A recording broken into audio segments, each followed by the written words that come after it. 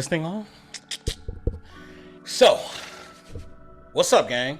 It's your boy, Sensei Lay Glove, the bald head, still bald, black anime nerd, back in this bitch. I took a long ass hiatus on some Hunter x Hunter shit, on some Tagashi shit. Took a very long hiatus because life was lifing for me. A young nigga got married.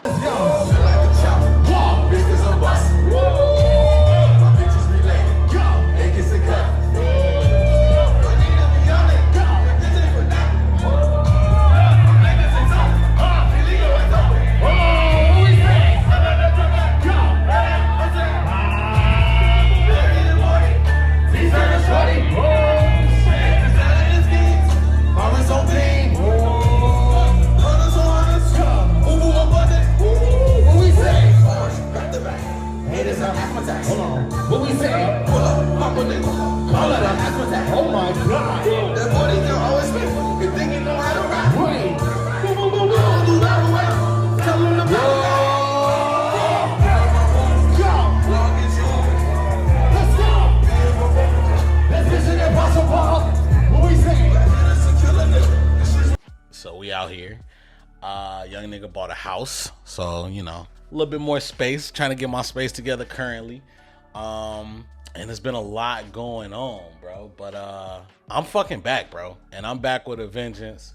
I'm getting my setup together, so I got enough setup for me to finally get back to reviewing what I love the most, which is One Piece. So without further ado, what's cracking, gang? It's your boy Sensei Lay Glove, the bald head black anime nerd, back with my review of One Piece chapter 1062, Adventure in the Land of Science. So I'm gonna do a quick recap for the sake of I pretty much missed all of Wano. Not all of it, but a good chunk of part 3. So I'm gonna make my Wano review a separate video, so don't trip on that. All I'm gonna say is Luffy the GOAT, Kaido the GOAT, Law the GOAT, Kid the GOAT, Zoro the GOAT, Zoro the GOAT, Zoro the GOAT, and Sanji the GOAT. So yeah, man. But as far as this review, here we are now. Oda has been in the deepest of duffles lately. Like, since Wano has ended, he's been in a very, very, very deep duffel. For this to be the final saga, final arc, whatever you want to call it, of One Piece, this has been extremely entertaining. I love what Oda's doing. I love the direction he's taking. I love the in-between arc ass style. Like, he's doing info dumps, drop after drop after drop. Like, we're getting shit we never thought we would get before, because Oda told us he was gonna do that shit, and I'm ecstatic about it. Like, I love it. I'm overly excited. I haven't been this excited to get a One Piece chapter in a very long time, and I'm generally excited about One Piece, but like, I am over hyped now. So where we are now, we just got to a Land of Science after, you know, going through a whole bunch of shit, getting a whole bunch of new bounty updates, seeing what's going on in the world. Seeing Sabo supposedly getting offed by Im-sama. Like, what the fuck was that? And now we in this Land of Science, and the first person we meet when we're there is fucking VegaPlot. So, last chapter dropped a bomb when they had this chick pop out this big-ass robot and say, "It's me, VegaPlot. It's me, Dio." But, of course, the community was up in arms because everyone's trying to figure out, is VegaPlot really a girl? Do we like that? Do we not like that? I personally would have been extremely happy if VegaPlot was a girl. But as we all do in the community, we dissect the chapter and figure out, nah, this probably ain't it. VegaPlot probably has a whole lot of different personalities or different cyborg or synthetic beings, creatures, things that may act as him, or he may act through or speak through or work through, because he's a fucking genius. So come this chapter, that is exactly what the fuck happened. So we pick back up. We are introduced to Lilith, or VegaPlot 2 Lilith. And this Lilith is trying to strong arm the gang, like, give me all your shit. And it's like, bro, what the fuck? Do you not know that this is a whole ass Yonko crew? Like, it's crazy saying that. And they even said it in the chapter, and it was fucking nuts to say. But like, this is a whole ass Yonko crew. Like, This ain't even no bullshit. Like, before it was like, oh no, this is just the Straw Hats. But like, no, like these niggas are legit Yonko crew. Like, it's over with. So you just trying to press them like, give me your shit. Oh yeah, y'all gotta add treasure. Like, you gotta be coming with more than some fucking robots. Now, granted, I love the panel where the robots are coming out the water and scaring the shit out of Usopp and Nami. I love that panel, but come on, G. You need a little bit more than that. So I love that the other Vegapunk that was speaking to Lilith was basically doing the exposition dump, basically hyping the Straw Hats. And I love that they was acting accordingly. Nico was on point, like, hold on, I ain't know Vegapunk was no chick. Zoro on point, like, I'm finna cut your ass down. And the Vegapunk 1 was calling that shit out. I absolutely love that. It was fucking hilarious seeing Frankie fanboying out over all of these robots and shit. So I actually love this arc for Frankie. Frankie being one of my favorite Straw Hats. I actually love this arc for him. So getting to see him fan out and potentially get upgrades during this arc that could go crazy. I'm extremely excited for that. So I definitely love that scene.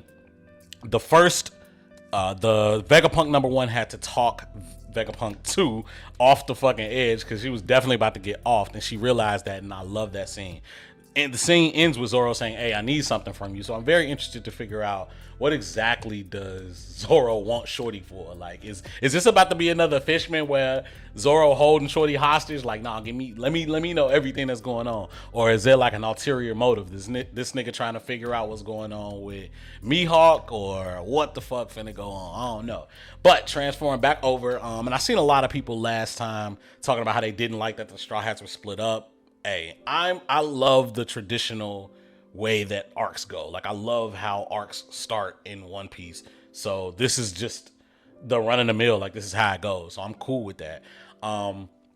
Split up back to the old crew with Bonnie, Luffy, Chopper, and Jinbei. And we get some exposition, which I absolutely love. And I love that Oda's really expounding upon these worst Gen members because it was needed. Like, the nigga didn't even really want to have them as characters. We all know that. But for him to be giving backstories to motherfuckers and giving characterizations to people, like, I really love that. So we find out that Kuma is actually Bonnie's dad, which I think a lot of people theorize that, or like husband or some shit like that. Like, they theorize that, but it's confirmed now.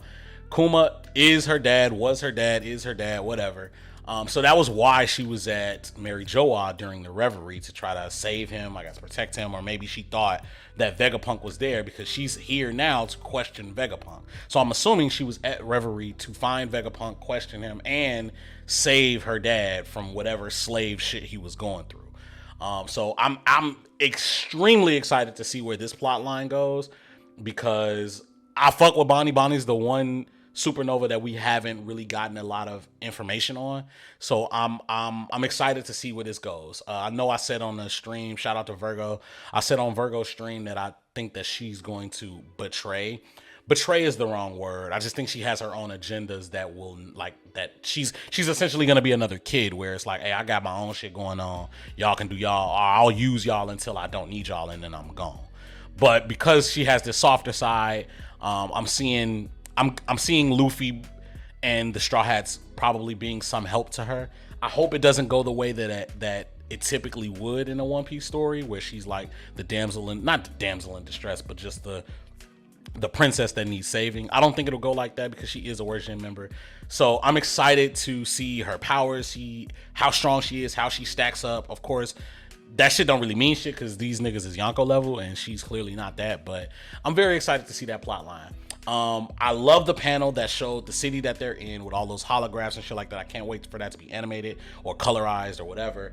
That looked great. We're learning a lot about this place that they're in. I know a lot of people was talking about, well, shouldn't it be cold on the island? Well, yeah, it's climate controlled. Like, this nigga's a genius. So, like, anything you thought about One Piece making sense, like, you can just throw that shit out the window, because literally anything can be happening here. There's holographic figures. There's another Vegapunk that shows up punching fucking holographic figures, but because she has a photon glove, like, which I guess can let you touch and bend light. As soon as I seen that panel, I'm immediately like, is this setting up Frankie versus fucking Kizaru? Like, is Frankie about to get that glove and beat the shit out of Kizaru? Like, but of course that's me going off on a tangent.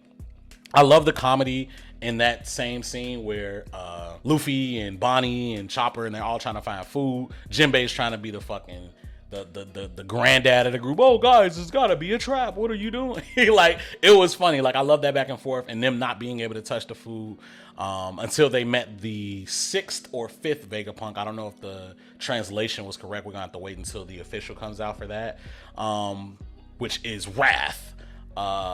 I actually fuck with Wrath because it's like Wrath got a split temper, but it's very sensitive about all the technology in the land of science that they in. So I love that Vegapunk. I love that each of these Vegapunks have their own personality. I'm very excited to figure out, like, to see them, see how they interact with the Straw Hats, and like what comes of this, and learning why Vegapunk split himself up into different. They call it satellites. I'm gonna call them personalities, which is very interesting. I think there's gonna be a lot of implications here in this arc, and I'm excited to see that. The biggest bombshell of this chapter, not necessarily a bombshell, but I guess the big reveal, is that CP0, but not just CP0, but the Lucci crew, Lucci, Stussy, and Kaku, are on their way to the land of science because they've been tasked to kill Vegapunk.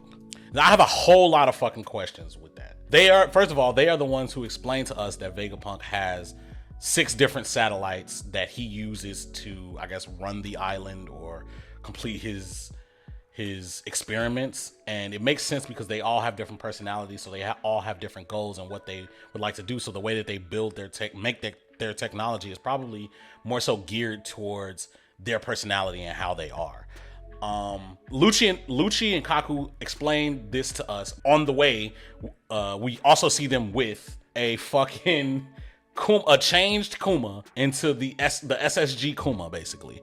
So how many times is this nigga Kuma gonna go through a transformation, bro? Like, what's going on? Like, this nigga is just, he's down fucking bad. I know that Bonnie looking for this nigga, like, to be her dad and regain sense of self, but like, that shit over with, G. Like, ain't no more him, G. Last time we see this nigga, he a slave. Now he a SSG. Like, come on, bro. Like, what is, like, come on, G. But they're on their way to that same island to kill Vegapunk. Obviously, this is gonna end up being a conflict between the Straw Hats, a reunion between Luffy and Lucci and Kaku and Stussy, and yeah, it's gonna be some shit. I'm excited to see where this goes because obviously I don't think they're gonna succeed. Oda would surprise me if he kills Vegapunk here. But my question is, why now? Why is now the time that we need to off Vegapunk? Is he rebelling? Is he not cooperative? Are you finally realizing you can't really control him? Do you realize what type of threat he is now? Like, why did it take so long for you guys to figure that out? Also, who called the order? Is it Akainu? Is it Imu? Is it, you know, who called the fucking order? So it's a lot of questions that I got here. Also, I know the power scale isn't gonna go there, but them niggas they not touching the Straw Hats. And if they are, it's Cap. I'm gonna call Cap right now. If any of them are touching the Straw Hats in any way or making them struggle in any way, it's Cap. It's Cap. At this point, I got Sanji scraping all 3 of them except for Stussy. Like, I got Jinbei smoking all of them except for, no, I got Jinbei smoking all of them. Yeah. I damn near got Frankie going toe to toe with Lucci at this point. Like, they will really have to justify a power increase from any of them at this point. But yeah, man, this is exciting. I'm very fucking excited. I've been excited for the last 10 chapters. This has been great, man. This has been great. Your boy is back. With so little, I'm getting shit together, but your boy is back in full swing. I will be doing live reactions. I will be doing reviews. They are back. I'm also going to be doing some breakdowns. I'm going to add some new content, and Gloves Off will be returning. I'm trying to work out a couple kinks, get a couple topics together, a couple guests together, but it will be returning before the end of the year. Trust and believe. Just be on the lookout. Like, comment, subscribe. I know your boy been gone for a minute, but I promise to God I'm back. Let me know what you thought of my review. Let me know what you thought of the chapter in the comments down below. Fuck with me, G. I'm back, bro. I'm back, and I'm ready to get back to it, man. One Piece is at a high. I'm on a high. Life is good. You know what I mean? Like, what the fuck? Nah, we lit though. So yeah, man. Other than that, Sensei Lay Glove.